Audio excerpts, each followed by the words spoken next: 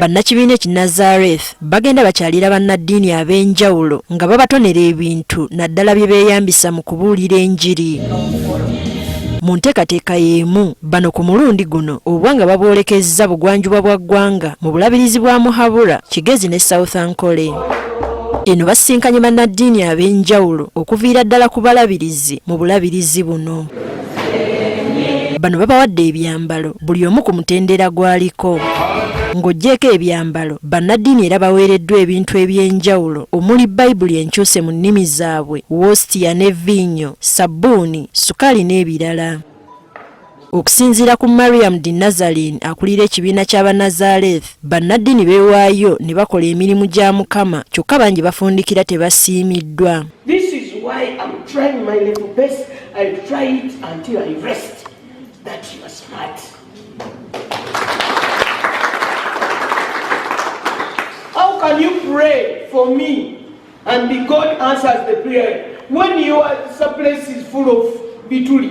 Wasinzidde n'alaga obwennyamivu eri abamu ku bannaddiini abasuddewo ennono y'okuweereza Katonda ne batandika okwenyigira mu mize egy'enjawulo ekiviiriddeko abantu okukyawa Katonda nga beesigama ku bikolwa byabwe. It is the way you do your things. You know the masses at 6. Why don't you always be time? You come here and start before the flock and you start picking your phone. Hello? When you are conducting a mass, that means you are used. You don't fear, you don't respect God. We must see the respect of God from you and we learn. If you don't respect your master, how can we respect? Kati asabye bannaddiini okuwa ekitiibwa ebyambalo byabwe kibasobozesa okwagazisa abantu Katonda ssaako n'okubeera ekyokulabirako. Love your groups, respect them, the flock will respect you too. Your prayers will be answered. The one you are praying to the flock will be answered because you represent God. Bo bannaddiini bagamba kituufu omulimu bakola gwa buweereza naye balwawo okufuna abantu ababasiima. And when you serve and when you do something and you are not appreciated, you are not given a morale of keep doing the work. So I call upon the Christians in the churches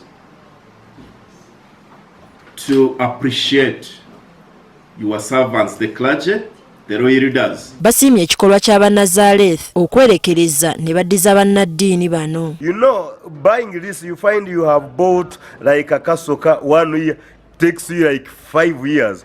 Now we will be changing a bit. It's a great thing. We want to thank God for the hearts that people have to go back and touch lives, to go back and do God's work in such a wonderful way. We appreciate as Diocese of Kigezi. Bano era basabye abantu abalala okulabira ku Banazareth okudduukirira abali mu bwetaavu okwolesa ekitiibwa kya Katonda.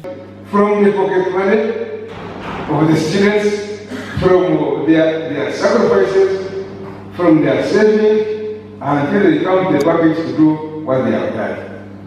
And for us, we need to run, to be very serious spiritual givers. Ruhanga yakuhereza omugisha nohereza abantu omugisha.